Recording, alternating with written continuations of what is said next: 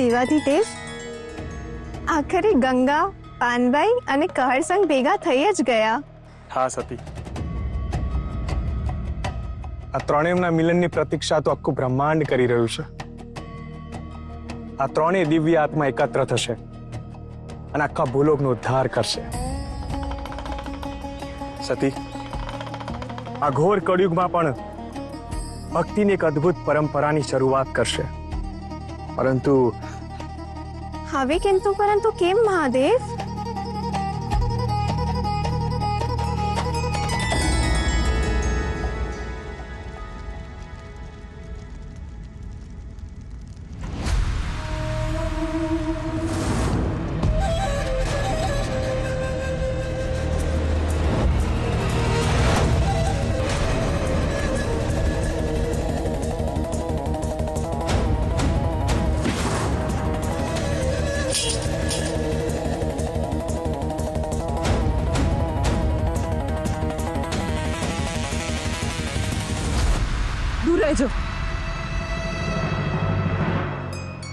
મહાદેવ, હવે મને સમજાયા તમારા કિંતુ અને પરંતુ.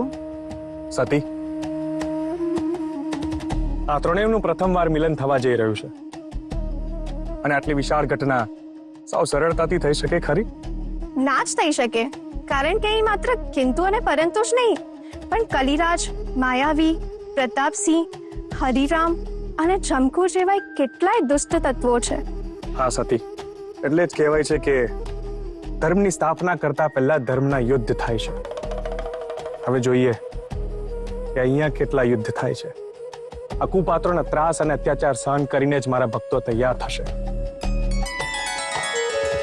અને એવી સાહિત્યિક રચના કરશે જે આવનારી અનેક પેઢીઓને પ્રેરણા આપશે.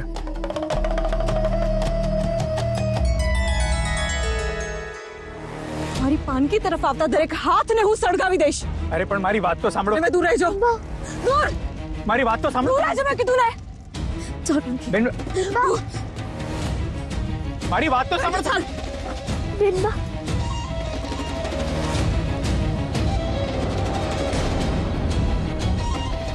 કોણ હતા એ? મેં એમની મદદ કરી અને મને આમ ડામથી દજાડી દીધો.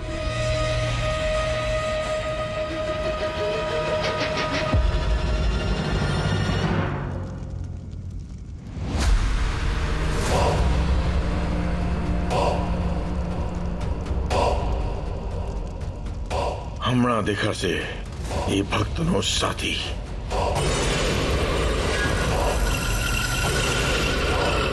અરે આ તો ગંગા છે. બા, તમે આ ગંગા બા પાછળ કેટલા ગીલા બન્યા છો કે આગમાં પણ તમને એ જ દેખાય છે. જો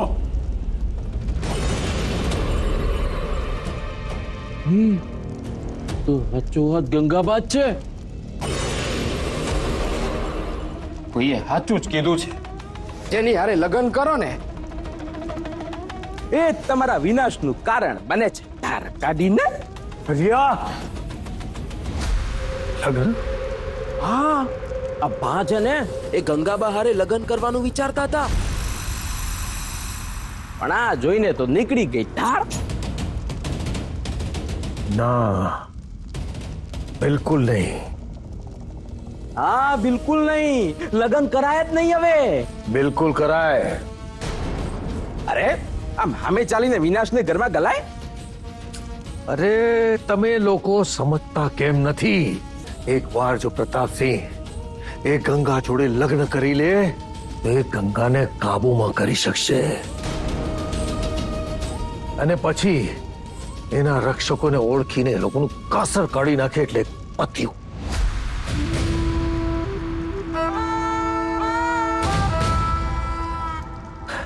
એ પછી આદિશક્તિ એ કઈ ના કરી શકે અને પછી મારા કલિરાજનું શાસન સ્થપાશે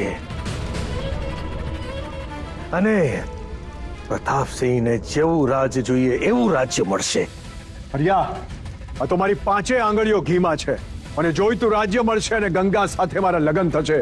માયાવી, હવે મને બીજું કઈ ના જોઈએ. તમે જે કહો એ બધું માન્ય છે. તો પછી ઝપાટે બાની જાન કાઢીએ, ધાર કાઢીને.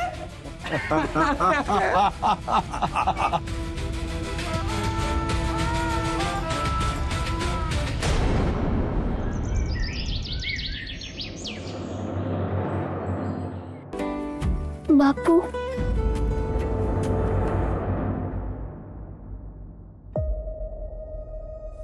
પાનકી પાનકી, બાપુ કોણ છે? બાપુ એ છે જેમને મને પડતા બચાવી રહી હતી જ્યારે મને દેવીમાં દેખાયા હતા.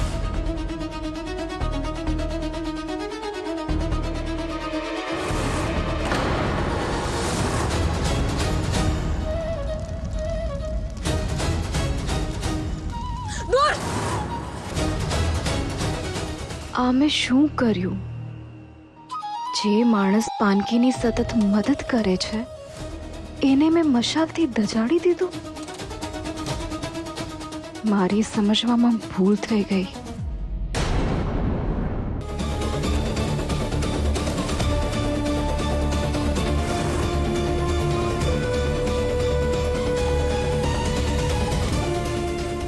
મારી પાનકી તરફ આવતા દરેક હાથને હું સળગાવી દઈશ. મારી વાત તો સાંભળો. આજે મેં કીધું ને. કોણ હતા એ? હું તો એમની મદદ કરતો હતો ને મને આમ મશાલથી દજાડી દીધું. સમજે છે શું પોતાના મનમાં? બે વાર મેં ઓલી નાની છોકરીની મદદ કરી અને મને જ કહે છે દૂર રહો એ પાનકીથી. કોણ હશે એ પાનકી અને કોણ હશે ઓલી છોકરી? એ દિવસે જે દિવ્ય અવાજમાં ગાઈ રહી હતી એ જ હશે? જે આટલું દિવ્ય અવાજે ગાય એ આટલી ક્રૂર અને ગેરસમજુ પણ હોય? એ ઉપકારનો બદલો આમ ડામ દઈને આપે. ગમે તે કહો પણ એ છોકરી હિંમત વાળી તો ખરી કે મારા જેવા પર હુમલો કરી બેઠી. એ અંદર આવું કે? હા હા, પધારો પધારો. બેસો ને બેસો, અહીંયા બેસો. ઓહો, ધન ભાગ ને ધન ઘડી કે અમારે ઘેર બાપ પ્રતાપસિંહના મંત્રીજી પધાર્યા. હું બને મંત્રી ધાર કાઢીને? બેનબા, મુસીબતનું નામ લીધું ને મુસીબત આવી ગઈ. એ આ જ છે જે મારી પાછળ પડ્યો હતો કાનજી માટે. અહીં સુધી આવી ગયો, હવે શું થશે? શું સાચે જ? હા, અરે તમારી ખ્યાતિ તો બહુ સાંભળી છે અમે. અરે, સાંભળો છો? પેલી પાનકીથી છુપાડીને છે ને ત્યાં ઉપર ડબ્બામાં મોહનથાળ રાખ્યો છે, એ જરા ઉતારી આપો તો.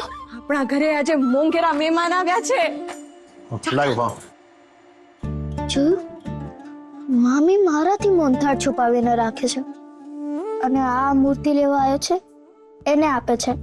આંગણે આવેલા અતિથિનું સ્વાગત તો કરવું પડે ને પાનકી. તો આ અતિથિથી કેમ ડબ્બો છુપાવે છે?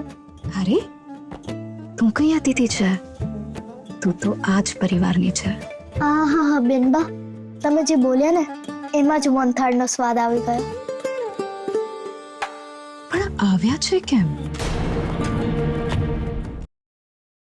આલ્યો મહેમાન, મોઢું મીઠું કરો. એના માટે જ તો આવ્યો છું. એટલે સમજાણું નહીં એમને કઈ? અરે તમારા તો બા ગુગડી ગયા તેથી તમારા ભાણી બા ભજન ગાતા હતા ને જે રીતે, એ જોઈને અમારા ભા પ્રતાપસિંહ છે ને ઓવારી ગયા છે. ધાર કાઢીને. એટલે તમે કહેવા શું માંગો છો? એટલે એમ જ કે હું અમારા ભા પ્રતાપસિંહ તરફથી છે ને આ ગંગાનું માંગવું લઈને આવ્યો છું ભાઈજીભાઈ.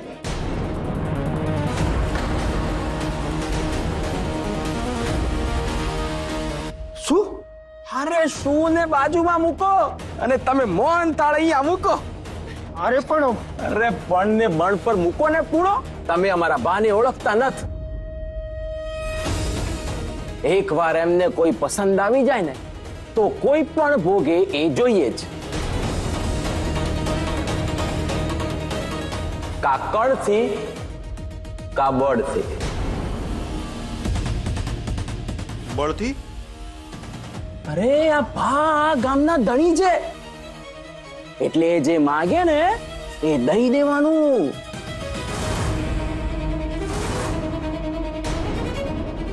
ગંગા મારી દીકરી છે, કોઈ ચીજ વસ્તુ નથી. અરે ભાઈજી ભાઈ, તમે તો ગુસ્સે થઈ ગયા. અરે તમે તો અમારા ભાના સસરાજી થાવ, તમને નારાજ ના થવા દેવાય. જો મારાથી કઈ જીભ લપસી ગઈ હોય ને તો માફ કરજો. હું માફી માંગુ છું. માફ કરજો, માફ કરજો. અરે હરિરામ ભાઈ, તમારે માફી થોડી માંગવાની હોય. આવું ભાગ્ય તો અમારા છે કે આ પંથકના ધણી પ્રતાપસિંહને અમારી ગંગા પસંદ પડી છે. ખાલી પસંદ? અરે ગંગાની સુંદરતા જોઈને તો ગેલા થઈ ગયા છે બા, ગેલા. ઓહો, તો હવે તો તમે મોઢું મીઠું કરો. તો હું વાત નક્કી સમજુ? અરે નક્કી એટલે પાક્કું. હા પાક્કું. ભગવાન જુઠ્ઠું ન બોલાવે. ઝમકુ, એકવાર તમે અરે તમે ચૂપ રહો. દરેક વાતમાં વચ્ચે બોલવું જરૂરી છે. ઓહો, મારે આ મોહનથાળ પાનકી નહીં આપવો પડશે. અરે એ જ બોલેલી કે મહાદેવને જળાભિષેક કરો તો ગંગા માટે ખૂબ પૈસાદાર વર મળશે. લે લ્યો, તરત જ મળી પણ ગયો. મામી એટલે લાલચુ છે ને, એમને એ નહીં દેખાય કે પ્રતાપસિંહ કેવું છે. એમની તો દેખાશે માત્ર ને માત્ર પૈસા. પણ તમે ના પાડી દેજો ને બેનબા. એટલું સરળ નથી પાનકી. આમાં મોટાઓની જ મરજી ચાલે. માફ કરજો, પણ કાંઈ પણ નક્કી કરતા પહેલા ગંગાની મંજૂરી જાણવી બહુ જરૂરી છે. બસ હવે વડીલ થઈને તમે આવું શું બોલો છો? અરે કોની હારે લગ્ન કરવા એ કઈ છોકરીને પૂછાતું હશે? એનામાં અક્કલ કેટલી? અને પ્રતાપસિંહ પાસે પૈસા કેટલા? પણ ગંગા ગંગા રાણી બનીને રહેશે ત્યાં. ભગવાન જુઠ્ઠું ન બોલાવે. ભાઈ તમ તમારે જાઓ હં? અને ભાને કહી દેજો કે સુનલો ભરીને સોનું લઈશ પેરામણીમાં મારી ગંગાની સામે. બસ ખાલી સુન લો જ. અરે એક વાર તમારી ગંગાનો હાથ અમારા બાના હાથમાં દઈ દો અને પછી ગાડું ભરીને ઓનું લઈ જાઓ. ગાડું ભરીને? ઓ બાપલા રે. હું શું કહું છું, તમે છે ને કાલે જ આવી જાઓ જાન જોડીને. અમે લોકો વાસ્તે ગાસ્તે જાન લઈને આવીશું ધાર કાઢીને. હાશ બેનબા, પેલો ધાર કાઢીને જતો રહ્યો. એ તો આપણા કાંજીની વાત જ ભૂલી ગયો. પાનકી તો કેટલી ભોળી છે. એ અહીં કાંજીની મૂર્તિને નહીં, મને લેવા આવેલો. અને મામી એક ગાડું ભરેલા સોનાના બદલામાં મારા લગ્ન નક્કી કરી નાખ્યા એ ચરિત્રહીન પ્રતાપસિંહ સાથે. તો તમે એની સાથે લગ્ન કરી લેશો? ના, જરાય નહીં. એની સાથે લગ્ન કરવા કરતા હું શેત્રુંજી નદીના ધસમસતા વહેણમાં ડૂબીને મરી જવાનું વધારે પસંદ કરીશ. ડૂબીને મરી જઈશ, પણ લગ્ન તો નહીં જ કરું. લગ્ન નહીં કરું.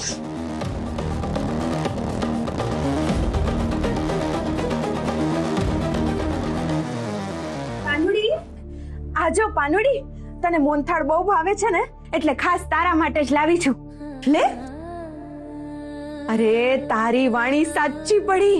તારી બેનબાના લગ્ન છે ને પ્રતાપસિંહ સાથે નક્કી થઈ ગયા છે.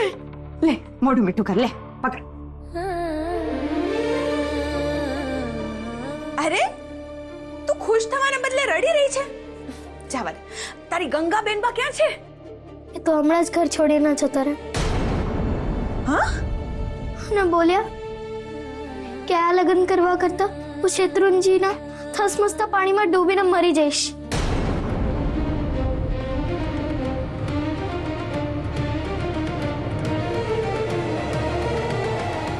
અરે સાંભળો, ગંગા નદી તરફ ગઈ છે એમ કહીને કે લગ્ન કરવા કરતા તો હું શેત્રુંજીમાં જઈને જીવ આપી દઈશ. જાઓ. ગંગા બેટા, અરે આ મારું એક ગાડું ભરીને સોનું.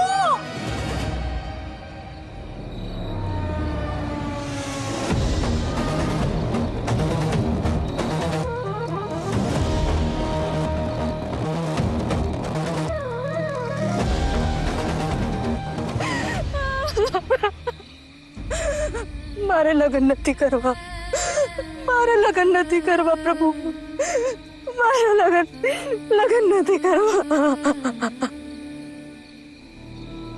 બચાવો કોઈ, મારી મદદ કરો. છોડી દો મને, જવા દો મને, છોડી દો મને.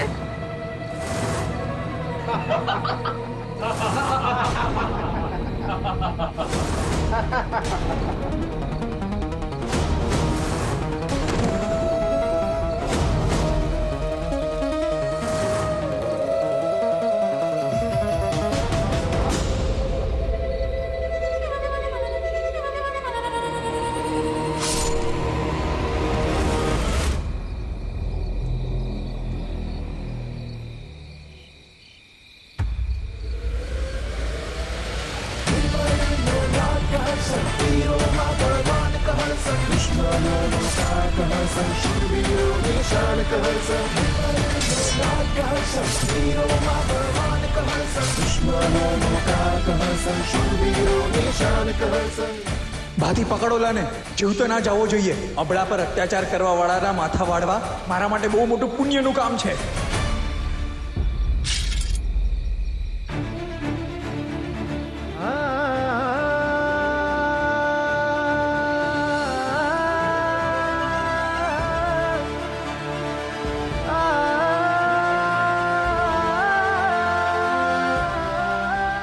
તમે ચિંતા ના કરતા. હું છું ત્યાં સુધી પ્રતાપસિંહના એકેય સૈનિકને કોઈ નિર્દોષ ઉપર અત્યાચાર નહીં કરવા દો. તમે ઘરે જાઓ. આ તમારો ભાઈ છે ત્યાં સુધી પ્રતાપસિંહ કોઈ અબળા પર અત્યાચાર નહીં કરી શકે. સમર, બેનને સહી સલામત એમના ઘરે પુગાડી દો. બેન, તમારો આ ભાઈ દિવસ ને રાત તમારા રક્ષણ માટે હંમેશા સાબદો છે. જાઓ તમે.